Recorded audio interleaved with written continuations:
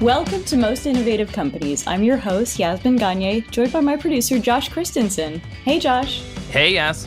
Josh, we're about to talk about Ozempic. Oh, it's a long time coming. Well, we talked about it once before. We're going to talk about it We've chatted about it, but not in this depth. If you were taking Ozempic right now, would you be panicking at the thought of sitting through this many Christmas meals? Oh, maybe. Holiday meals? Yeah. You know what? Honestly, I've been trying to lose weight for a while, the OG way, naturally speaking. And I have flirted with the idea of asking my doctor about it, but the side effects terrify me. The side effects are gnarly. Yeah. I think for me, it's more that you have to be on it for your entire life. That is kind of, or else you rebound. Yeah, it's all very I'm sure there's a lot of nuance to those sort of things, but I can't bring myself to want to do that. But I know people who have been on it who swear by it, but I also just really love to eat. I love good food, so that I would miss. I'm also there. The other thing that happened, I believe last week, is that Oprah came out and said she was on Ozempic, which I'll be honest here, as soon as I saw those photos of her at the Color Purple events, I was like, someone took Ozempic. I assume every celebrity is on Ozempic in some form. She is a celebrity who has her weight has publicly yo-yoed, right? She's famous for dragging. Yeah, she's struggled with her weight throughout her career. She's been very open about that. But she also has a big stake in Weight Watchers, which has now acquired Sequence, which is a platform that can prescribe Ozempic. So I guess now it's on brand for her in a way that it was not previously. Yeah, I guess so. But I mean, the overall thing is, and this is more of what we're going to get into later, is that only a small percentage of people can actually afford to be on Ozempic, which is the other thing that is, further exacerbating what this whole body image thing is about. But we don't want to scoop ourselves too much. Later on today's episode, I'll be talking with Trina Spear, the co-founder of Figs, which basically makes cool athleisure-like outfits for healthcare employees. We chatted about how they donated scrubs and supplies to hospital during the pandemic, and eventually how she and her co-founder also took the company public.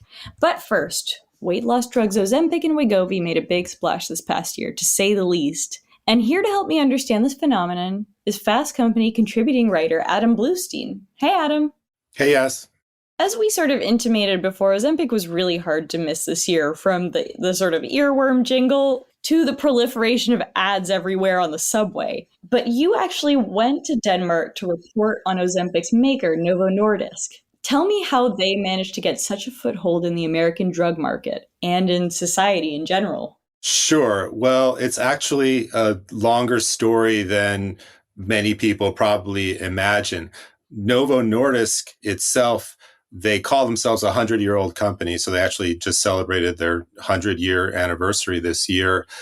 The company was formed by a merger of two small companies that have been producing insulin since the 1920s. And insulin has always been Novo Nordisk's main business. They're the biggest supplier of insulin in the world. So that's a life-saving medication for people with type 1 diabetes. Ozempic and Wegovy are related to diabetes. Have they just generally been a diabetes-focused company? Yeah.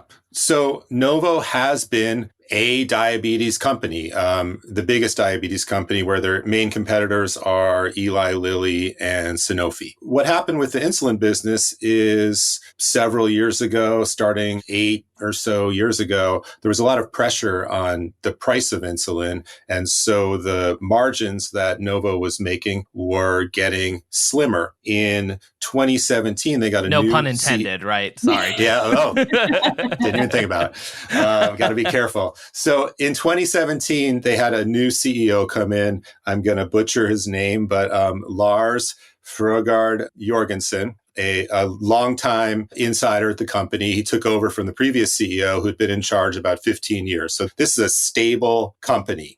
And he saw this situation where their insulin franchise was becoming less profitable and they needed to do something new. So for about 15 years now, they've been developing a class of drugs called GLP-1 agonists, which work in a different way than insulin. They basically regulate a receptor that's in the pancreas that helps control blood sugar levels. And they discovered in so doing that, it also has this effect on weight, and that in the clinical studies they did on these drugs, they saw weight loss along with the control of type 2 diabetes. So initially they had a drug called liraglutide, which was later marketed as Saxenda, which was a GLP-1 drug, but it gave people weight loss around 7% or so. Got it. It wasn't really a big hit because people didn't see it being effective enough to warrant the side effects. This was also an injectable that you had to take every day. Ozempic and Wegovy, you can take once a week. This liraglutide was okay, but not so great. But they had another molecule waiting in the wings. Well, not really waiting. They had to develop it, which was called, and now there's two ways of pronouncing this. I say semaglutide. Some people say semaglutide. No, it's gotta be. Oh no, I don't like that one. Yeah, I know. So semaglutide is the main ingredient in both Ozempic and Wegovy. So they started doing clinical trials and releasing results of clinical trials of this new drug in 2016 and saw that it was great for controlling blood sugar in people with type 2 diabetes. And people in trials lost an average of like 15% of their body weight within the period of the trials, which was like 68 weeks, so a little over a year. Now, 15% body weight was a big deal and was really a game changer. So there was a big shift when they showed that level of weight loss. And then once that drug was approved by the FDA in late 2016 and then started to be marketed in the US in January, we saw it start to take off almost right away. This may be, I feel like this is the simplest of questions, but it's basically how. How do these drugs cause this weight loss? It's not intended for this purpose in terms of how it was originally developed. So how is it having this major effect? He says it stops the thing in the pancreas and then your brain is not hungry anymore, Josh. But the pancreas thing this is the steps that I've never, and I've read so much about this topic so far over the years, and I just still don't get it. One of the interesting things about these drugs is that even the scientists who've been developing them don't completely understand all the ways that they work. So reassuring. Well, we know that they work. So we know that they do something in your gut, and we know that they do something in your brain. The reason people lose weight on these drugs is that they're not hungry anymore, and they don't want to eat as much. What's fascinating initially to me was that that's great. So it removes this craving for food. But what other researchers at Novo and outside of the company have been discovering is that somehow this drug seems to remove or control craving for lots of things, for alcohol, for drugs. They've been trialing it for like opioid stuff, right? Probably. I'm not sure about that. I know there's an ongoing study for people with alcohol use disorder, but there's a lot of interest in looking at semaglutide as a potential treatment for a whole range of addiction disorders, which I think is really fascinating. So there's a brain part, there's a gut part, there's something to do with inflammation, and we're really still exploring everything that these types of drugs can do. Is it fair to say, though, that, we obviously know the immediate side effects, which I'd love for you to take us through. We don't really have any long-term studies, right? People have to take this drug their whole life. We don't know what that's going to look like after 40 years of use. That's a really good point. One of the reasons why some health insurers in the US, like Blue Cross and Blue Shield, do not cover the weight loss drugs in general, and they definitely don't cover any off-label prescribing. It's that they say, look, we haven't seen enough of the long-term effects here. So in the short term, people experience typically nausea, vomiting, diarrhea, constipation, just in general, stuff in your gut that you can imagine.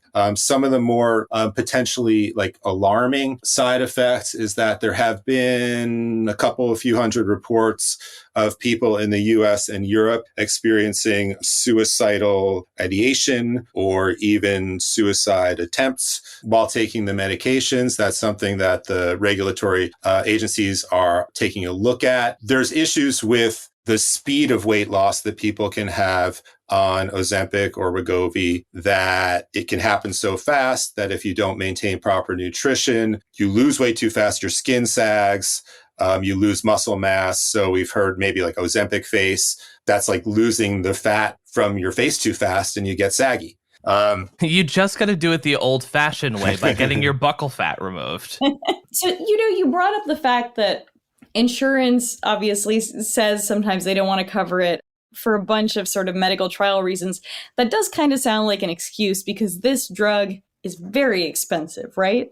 Yeah, well, it's a complicated answer. Yes, but drug pricing in the US is really complicated. Mm-hmm. So we have a list price for drugs here.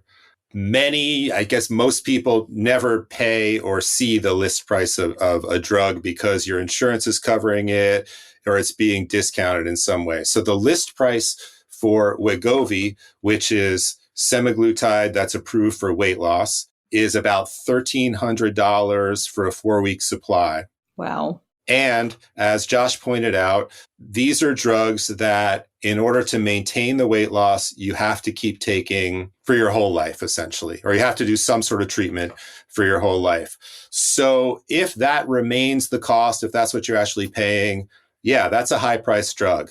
Ozempic, which is approved for treating diabetes, costs a little less. The list price is around $1,000, but there's all sorts of discounts that middlemen called pharmacy benefit managers negotiate with the drug company so that insurers pay a little bit less for these drugs. And they're supposed to pass along these savings to consumers, which doesn't always happen. The company, Novo Nordisk, will tell you that for people whose insurance does cover Wegovy for weight loss, they'll pay like $25 a month for a prescription. So in that case, that sounds pretty good.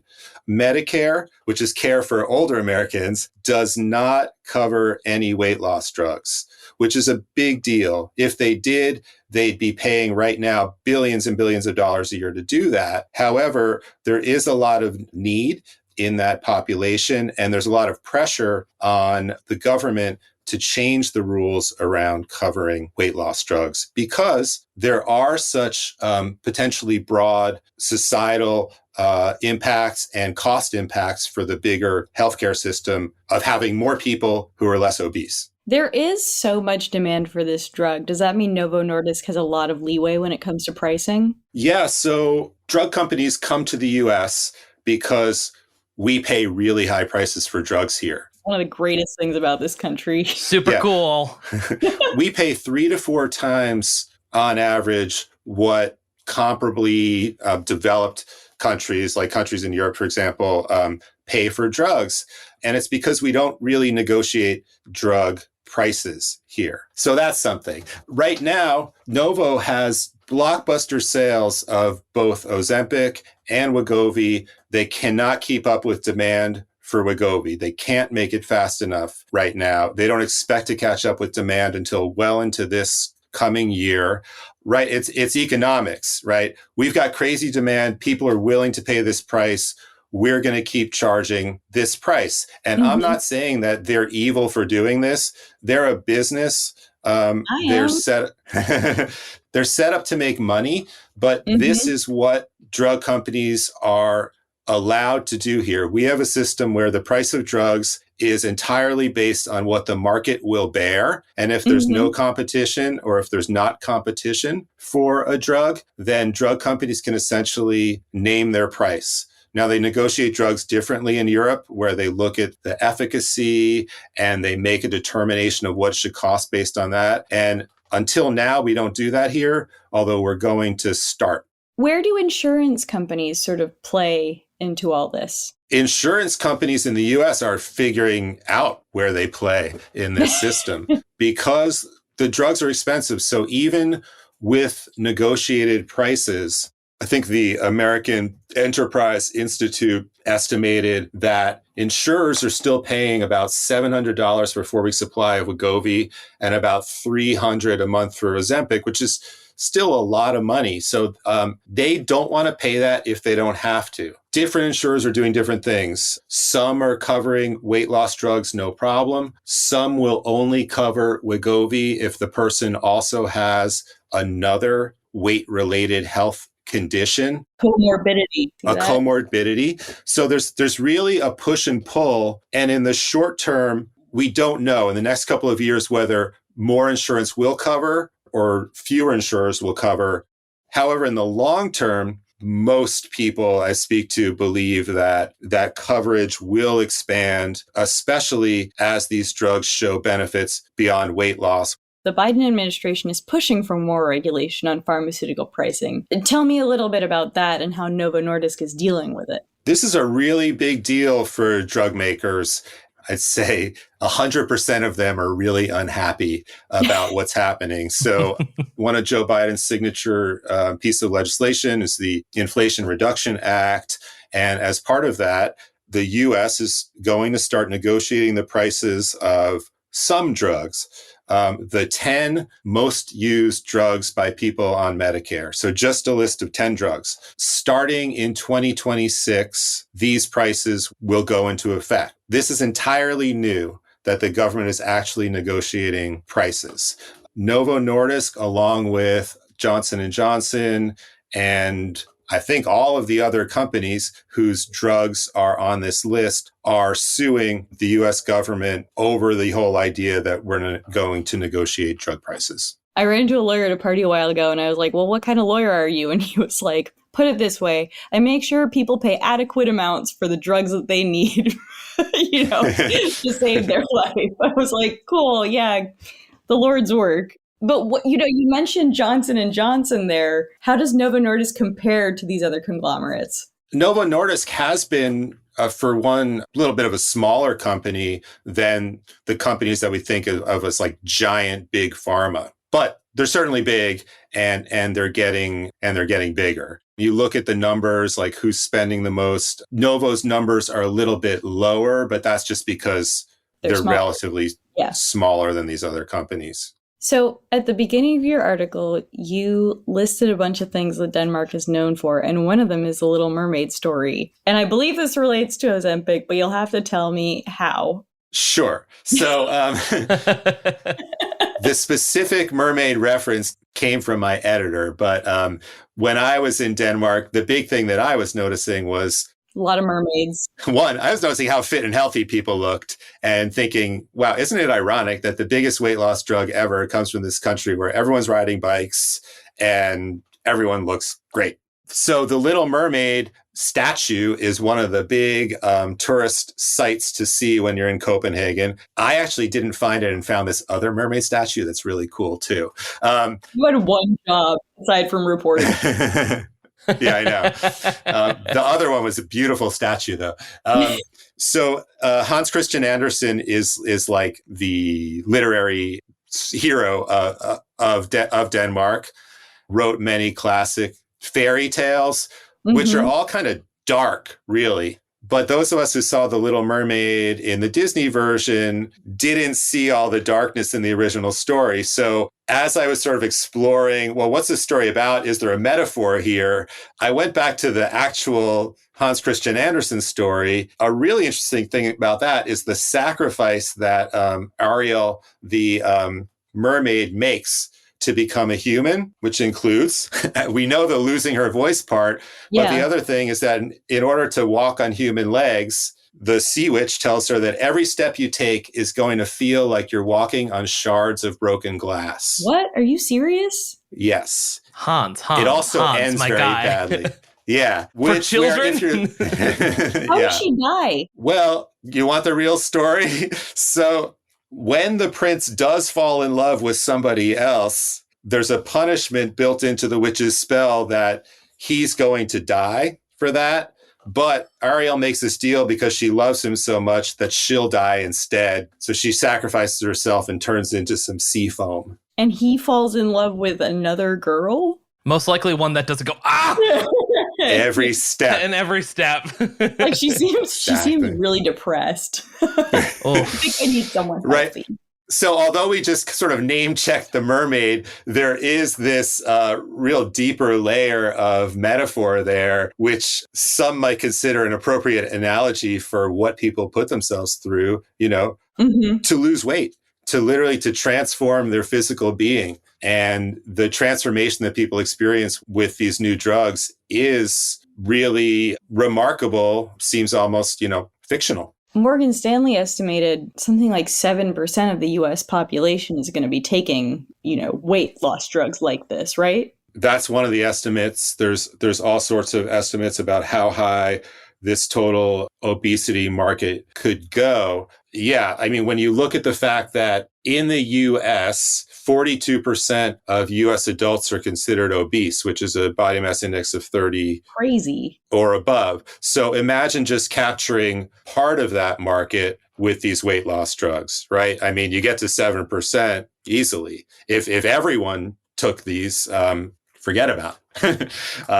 So yeah, it's a huge market. These drugs are really kind of first generation or second generation, and there are pretty surely much better versions of these drugs that are coming along, both from Novo Nordisk, Eli Lilly, and from other drug makers. So I want to come back to that point in a second, but these numbers are actually pretty staggering that you're talking about. The World Obesity Federation predicted that 51% of the global population will be overweight or obese by 2035. But it's also interesting because I feel like Ozempic and Wegovy occupy this weird space in the culture, right? Where some people act like it's shameful.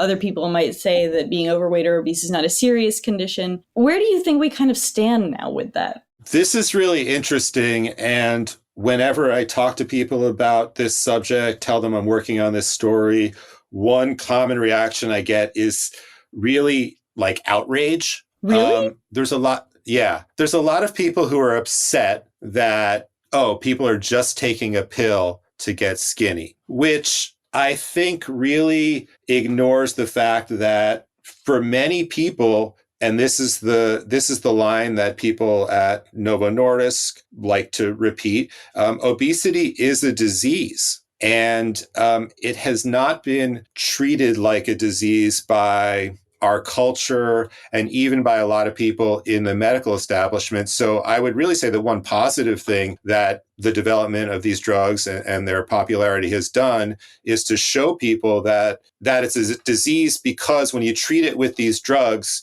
it's cured or it's made better by taking these drugs. So it's kind of analogous to the way depression was treated and thought about maybe 15 years ago before we had really good antidepressant drugs. So seeing an effective drug really reinforces the idea that this is a disease and starts to change the conversation because really the things that we've traditionally done to help people lose weight are not that effective. And Weight Watchers has done studies on this and found that only about 10% of people doing lifestyle changes to lose weight can lose, like 20% of their weight. And fewer than half of people can lose a smaller amount of weight, like 10% or 5%. The data just shows that lifestyle interventions do not work for the majority of people. It's just not right to stigmatize people for what for many is really a medical condition. So you and I, we may exercise, we may eat well, and we maintain the weight we want. We could have a friend, a relative who does all the exact things and gains weight. Part of me thinks the reason there's a lot of stigma is because of its sort of off-label use by people who have sort of relatively quote unquote normal or standard weight, if that makes sense. You know, your celebrities who have gotten extremely thin, for example. That's right. And that has been a real issue that Novo Nordisk and to some extent Eli Lilly have had to contend with. So, as I said, Ozempic and Wegovy are based on the same molecule, semaglutide. They're just at different doses. So Ozempic was the one that was available first. It was first approved, and people knew that it helped you to lose weight. One reason why is because in those Ozempic ads, they told you that it helped you to lose weight. So after telling you that it controls diabetes, the ads would say people who were in the study lost 12 pounds of weight on average. Isn't that great? And then they'd go into the fast part with all the other side effects. But that part, though, they made sure that you could hear. People went to their doctors and said, I want this. I don't really have diabetes, by the way, but prescribe this for me. A lot of those people were, either in Hollywood or were influencers in some way. You got Elon Musk.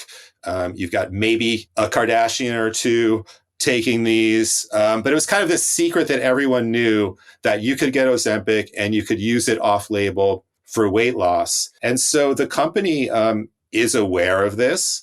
They officially frown upon the use of the drug for other than its intended purpose, but it's driven a lot of the sales. And so I think that that's been sort of damaging to getting out this message that obesity is a disease that we should take seriously, and that these drugs aren't just for getting yourself together to go to an awards show. It feels like it's looped into just the general cosmetic medicine or cosmetic procedure type stuff. I feel like people look at Ozempic the same way they look at Botox or facelifts or, the kind of various cosmetic procedures that seem elitist, classist, and unnecessary. And there is a whole world of this that is being ignored in terms of where it can be useful. We alluded and talked a little bit earlier about other potential future intentions around cravings around drugs and alcohol and opioids and other addictive materials.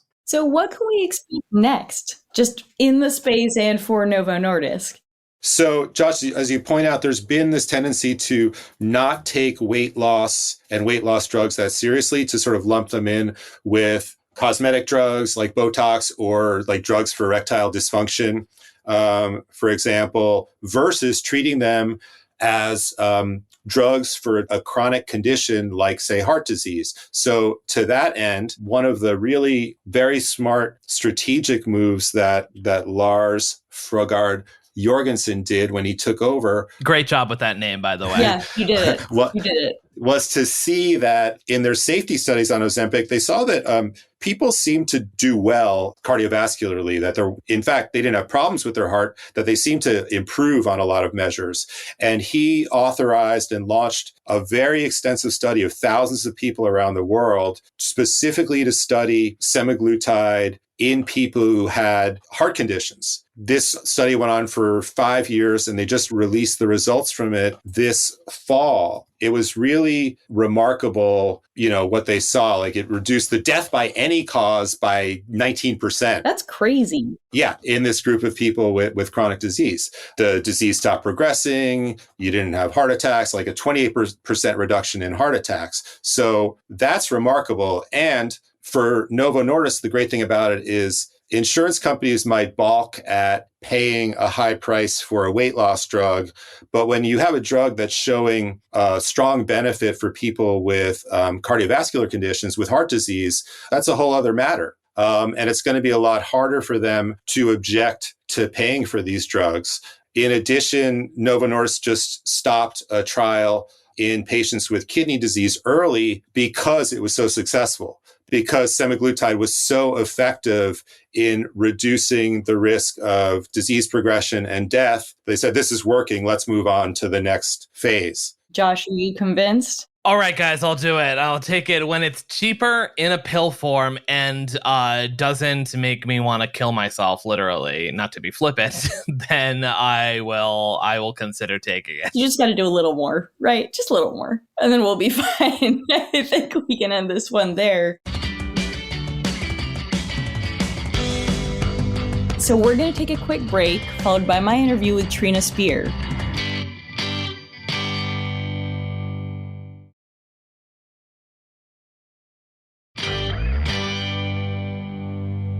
I want to get into all things figs, like the IPO, what the pandemic was like for you. But before we even start that, tell me about why you decided to start figs. Like, why did scrubs need some innovation? Healthcare professionals were really this overlooked and underserved part of society. And they were subjected to wearing these baggy, ill-fitting, uncomfortable scrubs as their uniform to go to work and do their job all day. And so the big question that Heather Hasson, my co-founder, asked herself when she had the idea for Figs was, why are there these multi-billion-dollar companies, Nike, Lululemon, Under Armour? Why are there all these companies that are so focused on athletes? Athletes are amazing, but what about the people saving lives? And that question really stuck with me as we were setting out to build this company. Now, did either of you sort of come from any kind of healthcare background, or was this like a totally just like you saw a gap in the market business idea? She came from the fashion world and really understood how to make great product. And I came from a financial and operational background. So I think it was a great kind of, we say we're yin and yang, kind of two sides of the brain. But I think that really just had this love and respect for healthcare workers and didn't understand why no one was focused on them and no one had made their lives easier and no one was building products that help them look good and feel good and perform at their best. So that's what we sought out to do. As you were challenging, and this is me not knowing enough about the scrubs industry, but I'm guessing there aren't like a ton of manufacturers. Am I crazy? Like you're sort of challenging one or two big incumbents? Yeah, I mean, that was the thing, right? There were these two types of companies in the world. There were the companies that made scrubs, and they, were really just licenses of other companies. So they were just taking fabric, putting somebody else's label on it. And then there were the second kind of companies, the companies they sold to, which were these, thousands of retailers across the country where they were putting scrubs on racks next to medical supplies like bedpans and knee braces. And so it was just a really horrible experience. And so that was the world. That was the uniform world before Figs. Were you ever worried they might just tweak their designs to mimic yours? At Figs, we say we don't look left, we don't look right. We have very, very focused on what we do here, on creating amazing products and selling them directly to healthcare professionals. We're the first D2C company to really build a brand community, decommoditize what many believe was a commodity product. But it was also hard for these companies to shift, and they still really haven't pivoted, and it's been 10 years, right? They still sell pretty much the same products to pretty much the same distributors because that is very hard to break down, right? They're making billions of dollars with the current setup where they're giving a 60%-ish margin away to the retailer. They're giving a 10-ish% royalty fee away to the license holder. So it leaves them very little room in terms of their economics to innovate on the product. And there's also a channel conflict. If you're selling to one of these retailers, you can't sell direct or they'll stop carrying your brand. And so that's been the really difficult part of being what we call one of these outdated players that really is stuck what we call the anti-moat. They can't get out of the strip mall. I remember we wrote about Figs when I first started at Fast Company. I think that was in 2018. Things have changed a lot since then. At the time, you had a direct-to-consumer model and you'd raised some money. But tell me about, how things look now. Yeah, so I think it's funny. I remember 2018 well. I think we just started really, we had set the foundation of the business. In 2013 is when we started. By 2018, the business started to really take off. And so, but what was true in 2018 and what was true in 2013 is still true now in 2023. Where are we focused? We're focused on creating the most amazing products for the best people we know, who we call our awesome humans, our healthcare professionals. And we're focused on continually connecting with this community of people. If we can represent the best of them back to them, That's the dream, right? That is where we are able to kind of inspire the next generation to want to be like them, not just want to be athletes and celebrities. And it's all that comes back to this question of who do you look up to? And we think that people should look up to healthcare professionals because they are doing the world's most important work. We've seen the business, as I intimated before, go from a direct-to-consumer model to having some brick-and-mortar locations or pop-ups. And I think a lot of direct-to-consumer companies have done that. Why was it important to expand into the sort of brick-and-mortar retail market? So we don't actually have permanent stores yet, but we're excited to build them. We've always had, to your point, pop-ups, activations. We've always connected with our community in person. We think that is what really drives the digital side of the business. We believe that being in person with our community is the best form of connection. And so, we are going to continue to do what we do best, which is really grassroots marketing, be with our people. Our stores are not just places where you can shop for our uniforms. It's also places where you can connect with us and connect with each other.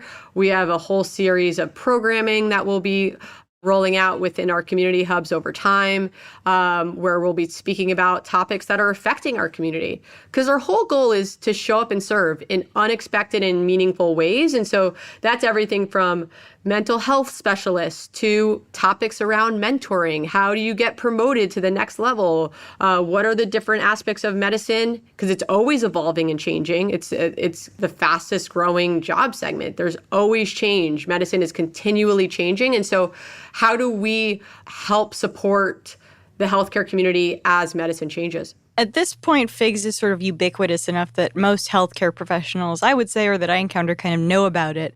But how did you first get a toehold when it comes to advertising to them? We thought about that differently than I think most brands do, in that it was all about the healthcare community and how FIGS would show up alongside them. And so that's comes into play from anything from our ambassador program, where we now have 350 of the most influential voices in healthcare that are really representing the brand in really cool ways, to putting real healthcare professionals in our marketing campaigns, on billboards, on buses, so that you're not just seeing people that you're used to seeing, right? You're seeing real healthcare professionals that are getting on planes with babies' hearts to go save a baby's life at another hospital. They're like Lexi Robillard, or people like Anna Wilkinson that during COVID would fly to the hospital that was getting hit hardest to run to that front line to save essentially all of us. And so, I think it was about showcasing the people doing the work in the campaign and others being inspired by that, because to us, that's true greatness. And how do we inspire the world through what the healthcare community is doing? Prior to going public, you raised quite a bit of money, especially for two female co-founders. I am curious, tell me about the fundraising process. Tell me if it was the right move. And tell me, does that model still work today when we're seeing a lot of direct-to-consumer companies like maybe not doing as well? Sure. I mean, actually, if you look at the business today, I think we've generated over $1.5 billion in sales. And the amount of capital that we spent to get here and generate that revenue is about $10 million in total. And so we had about an additional $55 million. Our total raise pre-IPO was $65 million of primary capital. And so about $55 million we had never spent. It just sat on our balance sheet. And so I think it's back to, it was really hard to raise, right? No one really understood the business. And frankly, investors aren't our customers, right? They're not healthcare professionals. So they truly didn't understand all the pain points. They didn't understand the experience of being a healthcare professional and how we were changing that experience, what it was like to be a healthcare professional. It was super hard. We didn't know if we would be able to continue to raise. So our focus was on building a profitable company. Growth, we're a growth company, but we also wanted to ensure that we were a sustainable business, that we can own our destiny and control how we scaled and built. And so that was always front of mind. And that is why we were focused on both growth and profitability. I think today, it's a little bit of a tale of two cities. I think for some companies, it's, they're just raising hundreds of millions of dollars and you see the round after round after round. And then you see companies that, are bootstrapping and really figured out how to scale and found what I call arbitrage opportunities that help them do so. And that's been really cool to see those brands that haven't spent much to get to where they are and do it, I would argue, the harder way and the authentic way. Give me an example of an arbitrage opportunity. Well, I would say arbitrage opportunities change and evolve, but a big one was our ambassador program. I mean, these weren't influencers. These were just healthcare professionals that had something to say. And what we did 10 years ago was we said, we're going to give you a platform to talk about what you do and how you do it, to talk about the triumphs and the challenges within healthcare, to talk about what it's like to be an RN or an NP or a PA or a physician within the healthcare system in America, and how fulfilling it is and how incredible it is, but also how hard it is. And one of our mottos for us as a team, but also for our community, is if it was easy, everyone would do it. And healthcare professionals know better than anyone that days are hard and 12-hour, 16-hour shifts are hard, but it's also worth it. And so giving healthcare professionals that platform, they were growing their base, right, across social as they were helping to build the business, helping to build FIGS. And we didn't have contracts at the beginning. We weren't really even paying people. We were just sending them gear, and we're sending them, FIG scrubs, and over time, our full layering system from our fleeces and our vests and our underscrubs and our compression socks and everything that you wear to work. But that I would call was a really big arbitrage opportunity where we were giving them that platform and they had something to say. Mm-hmm. That makes a lot of sense. I want to talk a little bit about how the pandemic affected FIGS. Now, I know you donated a lot to medical workers. Medical workers became essential workers, but I'm curious how it affected your business. Did you see growth supercharged? COVID was this interesting time, right, where finally there was a spotlight on this community, right? Everyone was cheering at 7 p.m. every night outside on their balconies for healthcare workers coming out of the hospital. And it was a really insane, intense time for our community. And we were right alongside our healthcare professionals that were kind of going out to fight this battle. And we're hearing firsthand from them just the challenges they were facing, cleaning their mask in an oven, to what number body bag they were on for the day in terms of the deaths they were seeing in COVID. And so it was just hearing that firsthand. It was like this call. I mean, we've always felt responsible to this community, but it was like, we need to do something.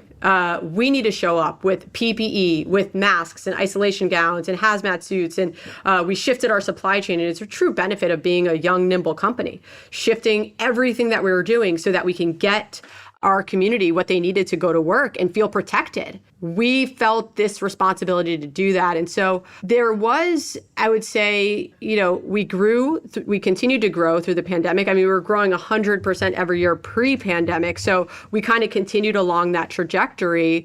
But I think it was bigger than that. It was, wow, FIG showed up. Mm-hmm. And now we even feel, coming out of this pandemic, there's a lot of things that have come out of this pandemic that has impacted our community. And we feel that we have to show up again, right? It's different, but in some ways it's more meaningful given some of the PTSD, some of the mental trauma that has gone on, and how can we show up and support? And that's what we're doing with our advocacy. We're showing up with our Awesome Humans bill and working on, like I talked about, the community events so that we can really support and serve at the highest level. I want to talk a little bit about the decision to go public. You went public in 2021. Tell me about why that was the right time for you all and what factors you sort of looked at. I think it was back to, we had built a real business, right? We had coupled extremely high growth with high profitability. We didn't cut corners along the way. We feel like we really built a real business the right way. And so going public made sense. Once you've built a sustainably profitable business. I think going back to our community, our IPO also became a huge opportunity to shine a spotlight on our awesome humans. And that's what made our IPO so special. It was about them. I mean, we had all our healthcare professionals on the podium ringing the bell with us. We had 60 healthcare professionals at the New York Stock Exchange. They were there throughout the entire process. And it was really about highlighting and spotlighting their incredible contribution to society, as it was still during COVID in May 2021 when we went public. And so inside the business, nothing had really and continues not to change in terms of the business. We run the company the same way as when we were private to when we were public. We're building for the long term, but I do think continuing, and the IPO was part of this, continuing to shine a spotlight on this community, continue to serve them, and to continue to get other people to be inspired them as well. So you're saying sort of going public didn't make that much of a difference in terms of how you run the business. I am curious, every stock has sort of taken a beating, I think, over the past year. Has that affected whether it's like morale or anything you do within the company? Or do you think there's something investors are misunderstanding, or analysts rather? Or, do you see this as just like a cyclical phase? I think the stock price is not something that I pay a lot of attention to or our team pays a lot of attention to. Like, our mission is so crystal clear. We wake up every day to empower and celebrate and serve those who serve others. And we know our why, right? That's why we wake up in the morning, and that's why we do what we do. Over time, as we continue to execute, the stock market, investors, analysts will catch up. But we are focused on our healthcare community. I'm personally focused, and our leadership team is focused on our team here and ensuring that we're focused on our community and we're focused on our team. And I think over time, the output is the numbers, the output is the stock price, and that will take care of itself. Figs, as you said, has expanded into offering sort of different product categories, whether that's like jackets and outerwear or compression socks. I guess our last question is really what impact, or rather what comes next? What comes next for you guys? What can we look forward to from Figs? We're really building an iconic brand, right? And we're doing it the right way over the long run. And so it all starts with product, right? Innovation of product across our layering system, continuing to bring awesome products across our layering system, from our scrubs to our underscrubs to our fleeces, our vests, everything you're wearing to work and at work and from work, both on shift and off shift. There's so much more that we're excited to bring to this community from a product standpoint. And connection with community. I think, we've changed how people think about being a healthcare professional. Our goal is to change the experience of being a healthcare professional, make it better and as awesome as possible. And so, we're going to continue to showcase the best of our community in really interesting and fun and meaningful and unexpected ways. And then there are healthcare professionals around the world that are underserved and don't even yet know about Figs. And there's actually parts of the United States that don't yet know about Figs. So so there's a lot of room for territorial expansion. Yeah. And I think retail and what we're doing with our community hubs to everything that we're doing with our team's business, which we haven't talked about, but that's kind of how we're partnering with institutions. So I think over time, our goal is to continue to show up and serve healthcare professionals in so many cool ways and do it in the most authentic and fun and empowering way possible. So actually, let's talk a little bit about teams and sort of partnering with institutions, as you mentioned. Tell me more about that program and what a difference it's made to your bottom line. So we just started getting all these inbound from concierge medicine clinics, from hospital departments, from private practice saying, hey, I love Figs, I love your scrubs, and I want to order them for all of my employees, right? My whole team. And so that's what that business has been today. We built a platform that helps serve, if you want to order hundreds, thousands of sets of scrubs for everyone in your institution. And we're seeing more of that because healthcare is becoming more consumerized, right? You're seeing it within the One Medicals, Forward Health, Next Health. You're seeing it within veterinary care with Modern Animal, with Bond Vet, et cetera. And so, and you're even seeing it with fertility, actually, and all the fertility clinics that have come up to help serve women and families around the country. And so all of that kind of, as they're looking to professionalize and standardize their team, they're turning to Figs and saying, hey, can you help us do it? And outfitting everyone and helping them look good and feel good. That's our goal. Help everyone look good and feel good and perform at their best. That makes a lot of sense. Well, Trina, thank you so much for coming on our show. I really appreciate it. Thank you so much, Yasmin. Okay, we are back with Adam, and it's time to wrap up the show with Keeping Tabs. This is where each one of us shares a story, trend, or company we are following right now. And Adam, since you're our guest, what are you keeping tabs on? Two things, I guess. One is the use of AI in drug discovery and drug development. So this is really the flavor du jour of AI applications now. Everyone realized there's money in that space. There's a lot of investment flowing in there. Have you been reading MIC applications, most innovative companies? That too. That too. But I get many, many pitches about AI and drug discovery, so I'm sorting that out. And then the other thing that's really been interesting me is quantum computing. And I've been learning a lot about that. It's something that's very early, but as I've learned, it's something that's real. And there's a lot of interest in this space and it's heating up. It doesn't become mature for 5 years at least, but there's a lot of really interesting things happening there. What is quantum? No, like what? I'm going to be dumb for a second. What is quantum computing? All I know is it apparently doesn't work, but you just said it works. So I guess I don't even know that. I was hoping you wouldn't ask that, Josh. In the simplest terms.